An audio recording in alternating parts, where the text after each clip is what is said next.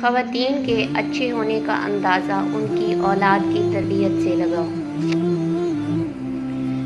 زخموں کو چھپانا بھی ایک ہنر ہے، ورنہ یہاں تو ہر ایک کے ہاتھ میں نمک ہے۔ روزانہ نیکیاں کیا کرو اور دریا کے اندر ڈالتے جاؤ، اور جب کبھی زندگی کے اندر طوفان آیا تو یہی نیکیاں کشتی بن جائیں گی۔ لوگ اپنی شادیوں پر صرف مخصوص لوگوں کو مدعو کرتے ہیں، لیکن لوگوں کی خواہش ہوتی ہے کہ ہمارے جنازے پر پورا شہر آئے۔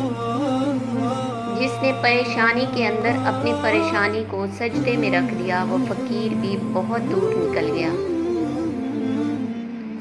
جو روزی روٹی انسان کا مقدر ہے، وہ اسے مل کر ہی رہے گی، کوئی اس کو گھٹا نہیں سکتا اور نہ بڑھا سکتا ہے۔ دوسرے کے گناہوں کو گنتے رہنے سے بندہ پارسا کبھی بھی نہیں ہو سکتا۔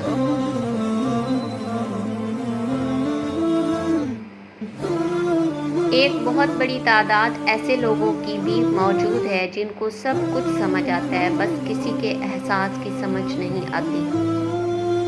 اپنے بڑوں کو بوجھ مت سمجھو، انہیں کبھی اکیلا بھی مت چھوڑو، یاد رکھو یہ وقت تمہارے اوپر بھی آنا ہے۔ جو تمہارے پاس مال ہے اس میں سے 10% صدقہ دو، اور غریبوں مسکینوں کو کھانا کھلانا شروع کر دو، دولت بارش کی طرح برسے گی۔